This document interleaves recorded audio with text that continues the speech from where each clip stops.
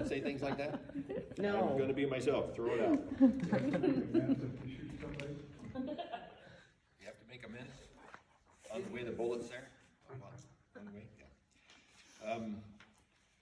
I had a great AA sponsor one time, and he had me memorize in the back of the big book of Alcoholics Anonymous this principle.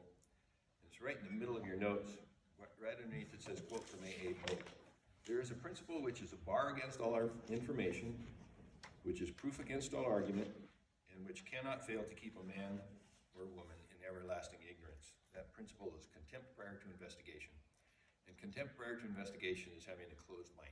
You already think that you know what's going on, and you don't want to open your mind for some reason, fear usually, pride, something.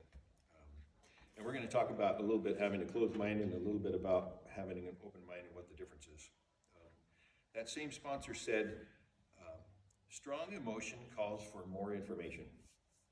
He said, when you're driving down the road and the light starts to flash on your dashboard, you pull off to the side of the road. When you're in AA and you start having strong emotions, you pull off to the side of the road. And if you don't know what's going on, you call your sponsor. You get on your knees, you ask God. You read the book, you get on your knees, you ask God. You go to a church, you find somebody that has some maturity or somebody that's honest and open and willing and ask them, what do you think's going on? Because you don't want to have strong emotion for the rest of your life. Some strong emotion is awesome, right? Love, is that a strong emotion? Beautiful, right? What other strong emotions do we have? Joy. Joy, that's a strong emotion. Anger. Anger.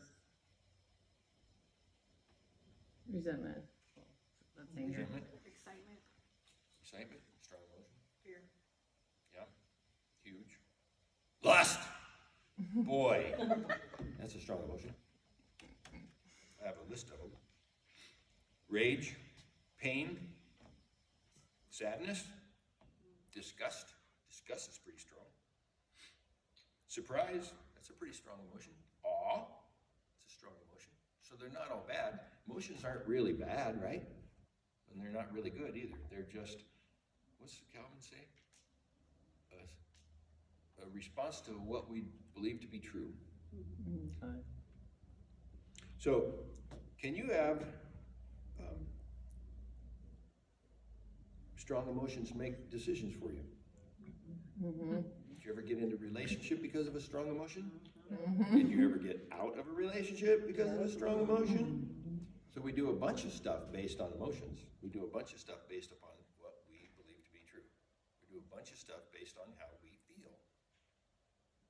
And in recovery, you have to put a halter on that. It's not like emotions are bad, but we got to have a 3-second interval between when we have the emotion and then we make a decision. You should wait at least 3 seconds before you marry somebody, right? Maybe 4, right? That you make a decision and then you say something and then you feel trapped by what you said because you were having a strong emotion. I'm sorry, I had a strong emotion. Too late. So, some of our truths that we believe are based on strong emotion too. Maybe we heard our parents when we were little talk about who should be president. And we grow up like that thinking my mom and dad are, look at them, they're perfect, right? You didn't see all that other stuff. So we grow up that way. Sometimes we get hurt and then we build a wall between being hurt again and we build that out of emotion. I've held boundaries because of fear. I've held boundaries out of pride. I've held things like that.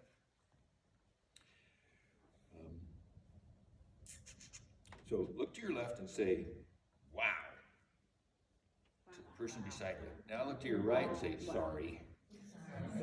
Sorry. Okay, now you've been forgiven for all the strong emotions, right? You get to start all over again. That's how easy it is to have forgiveness from God. You just accept it from Him, say a couple of words, and start over. You don't ever have to be a victim of your own strong emotions ever again for the rest of your life. How you do that? See your sponsor. Call your sponsor, and he's not emotionally connected to the decision you're trying to make, or she. Don't get a guy if you're a girl. said he because I always called guys.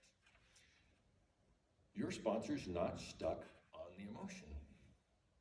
He may have had the same problem, and in fact, he might be experiencing the same problem in his life at that very moment. But when you ask for support and you ask for guidance, she will know the right answer. Yeah, don't get into a relationship. Don't have sex before marriage. Don't do it. Don't give $1,000 to somebody that's doing fentanyl. Just don't. I know you want to. And there were some silly things that I asked my sponsor. Some silly things. And there were some wonderful things that I asked my sponsor. And you'll have the same kind of experience. It's incredible what happens when you trust that God will speak through another individual. Be careful who you pick, right? If they still have an active addiction, like fentanyl, don't ask them to sponsor you. Somebody should have a sponsor. They should have worked the steps at least one time through, and you should see in them some peace and some joy, some kindness, some tolerance. They go to their sponsor when they're in struggle. If you get a sponsor like that, God will funnel his truth down through the people, and pretty soon someone will ask you to sponsor them. And then you get to have them follow you around, making sure that's one of the best forms of accountability, is having a sponsor, being a sponsor. Contempt.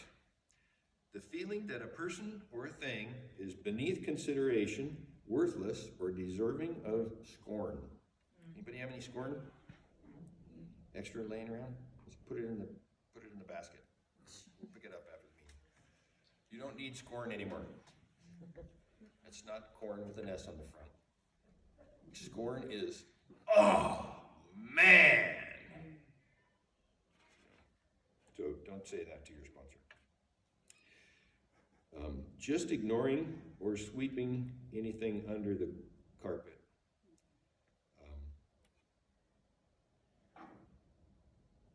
Not just ignoring or sweeping out of the light, but dissing on someone or something. You can just think, you know what, I'm just going to reserve judgment on that person. I'm not really sure what's going on. That's not scorn. We're talking about instant, closed-minded, harsh anger. You got to be kidding me. What are you? Who even let you in here? Anybody ever talk to you like that, except me just now? So that's closed-mindedness. That's the part that it stands in unforgiveness. That's where it gets its real power. And so when you're unforgiven, when you're standing in unforgiveness, are you forgiven from God, by God? No. He tells us in the Lord's Prayer to forgive, and then we'll be forgiven. And he did that on purpose. He tied those two together, didn't he? Because he knows how detrimental it is for us to carry that kind of junk. That is a bad wheelbarrow full of stuff that you'll never get to use for anything on your garden.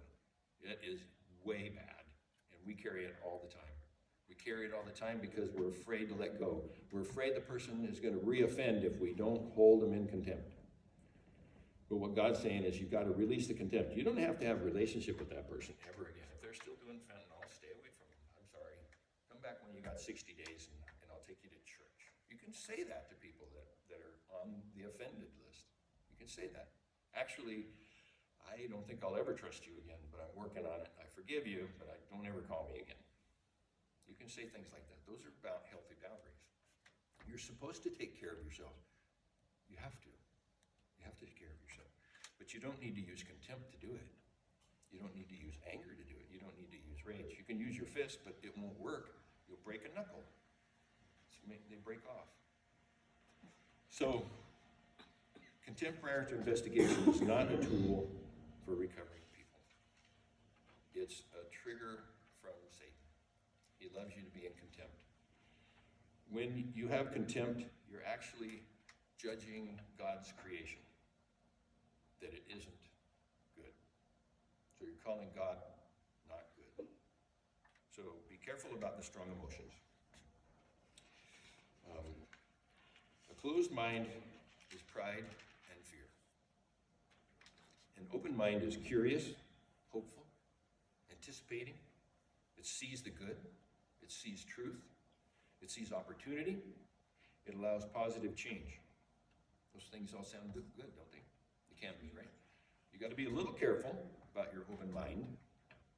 Again, you don't fill your car with people that are burning fentanyl and take them to a recovery meeting. You take them one at a time and you make them leave their pipe at home. If God tells you to go offer somebody to come to a meeting, by all means, bring them here. But they can't bring their pipe and they can't bring their fentanyl. And you know what I mean by that. If somebody is still really drinking or something and they don't want to come, you don't put them in their car and surprise, we're at church, right? And when God tells you to offer something, just do. You're not going to ever go wrong if you're sure it's God. And if you're unsure, call your sponsor. Right? How does an open mind help recovery? Being willing. I said being willing. Open minds are willing. How does willingness help your recovery? You're willing to do whatever your sponsor tells you. Yeah. Or suggests Yeah. to you. You're willing to get it sponsored. Yep. When we have an open mind, we learn a lot more. Yes. We replace our lives with truth. It's pretty hard to hear with a closed mind. I came out of a AA meeting one time and an old guy that was just a wonderful fella was listening to me and he said, stop. He stopped me because I was complaining. I was barfing about somebody. And he said, have you prayed for the willingness? Willingness? And I said, yeah, I pray for the willingness all the time through the serenity prayer. And he says, have you prayed for the willingness to be willing? No. Because you got a closed mind, Dave. Only he didn't say that. So he asked me if I would pray for the willingness to be willing. And on the way home, I started praying for the willingness to willing. And tonight, I realized that what he was doing is trying to open my mind. He was trying to help me have an open mind so that I could see that person through God's eyes instead of my own. That's really the perspective that we're going to have to shift to if we're going to be able to love everybody, right? Can't look through our eyes because they're full of fear and judgment. We expect so many things. Expectations, they're on the list of closed-mindedness too.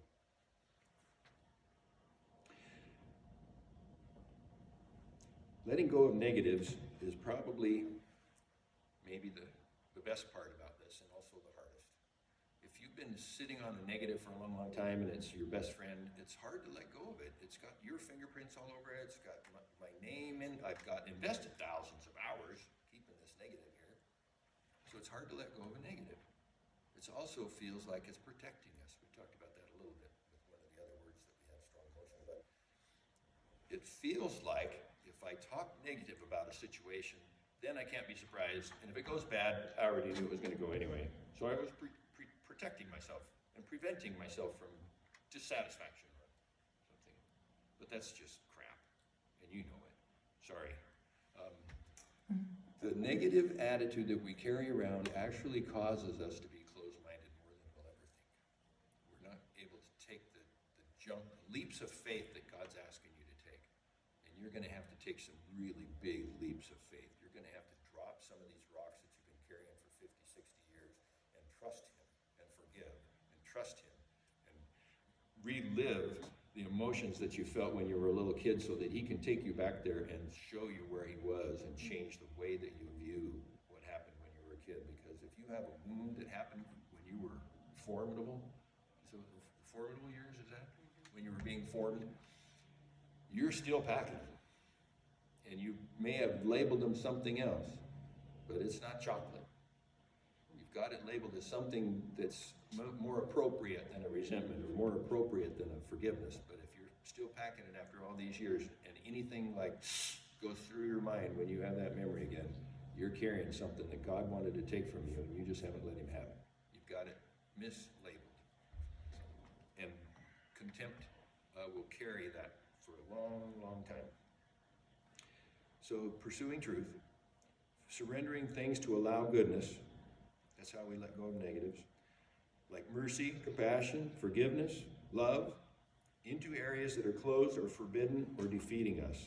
Well, that's what we're going to have to be able to allow God to do. And he is the power, he's the help, he's the instigator, All we have to do is have the willingness. We have to have the honesty to believe it, to hear it, to say it. We have to have the willingness to think, maybe I could let go of this. And you have to have the open-mindedness to say, I think I'll try it. It's very similar to the first 3 steps of AA. You have to have a little bit of each. You don't have to have a whole lot of anything, but you have to have a little bit of each. And unless you have a little bit of each, you'll just hang on to everything that's causing you to cause the whole same scenario to happen again and again and again and again. Can God's spirit of revelation push itself into a closed mind?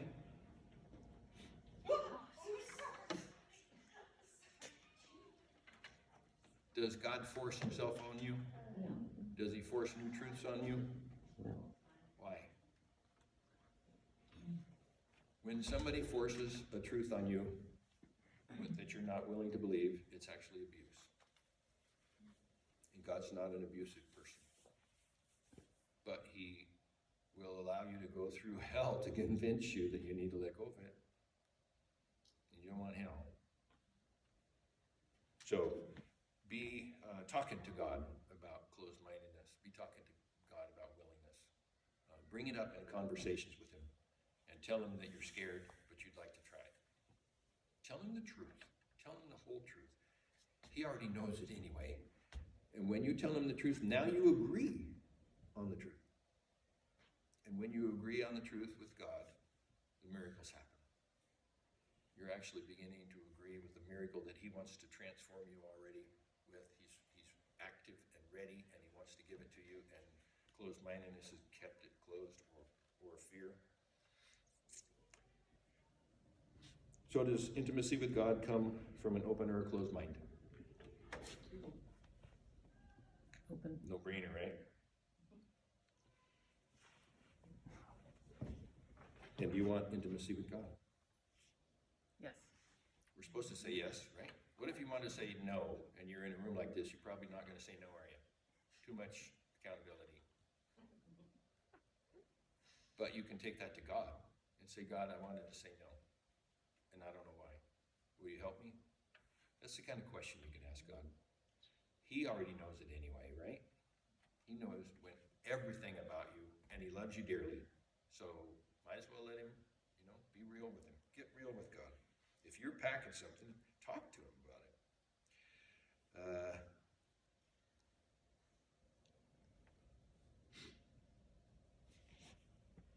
I had a sponsor one time, and he would sit in the car, and I would ask him questions that were limiting the 12 steps. He was taking me through the 12 steps, and I would ask him questions that are like pulling away from the truth, and he didn't know how to answer. And he would say, just a minute, and he'd pray to God. And then God would tell him, Dave, the answer's in the steps. So he would say, Dave, the answer's in the steps. And he would always bring me back, and bring me back, and bring me back, and bring me back to the steps. The 12 steps changed me, because what they did was took out the garbage. And when you start having the garbage taken out, you walk a little lighter. And when you walk a little lighter, an open mind starts to sound a little better. A little bit more willingness sounds a little better. A little bit more honesty sounds a little better. Pretty soon you get where you really let honesty soak into every facet of your life, instead of just financial honesty or what happened 5 years ago honesty. Being honest about what's really going on here and here right now is the only honesty that will help you. You can't get honest about the past and change today. That's a miraculous thing that he can do, but you can't talk yourself into being a better person today because you got honest about what happened 40 years ago. That's just a story. If you want to be changed today, you got to get honest with God and other individuals today. It takes an open mind to do that. It takes belief to do that. It takes faith to do that. And if you don't have a little bit of each of those, again, it's 3, isn't this crazy? Ask God for it. He'll fulfill that. He's obligated to show you how to love yourself. That's what he wants. And I think I'm done. The steps are a journey of surrender, and from selfishness to selflessness. And that's another big fear that we carry. I don't want to be selfless. Don't they pay all the taxes and have to do all the yard work? But when you feel selfless, you're free enough to let God's love flow through you. And that's terrific. Don't miss it. Father, I just pray that whatever was said tonight that you want to rattle around in these heads, that it would come back and come back and come back. That you would get the glory, you would get your kids back, and we would get the freedom that we so deserve because of your love. We just pray these things in Jesus' name. Amen. That's all I got. Thank you.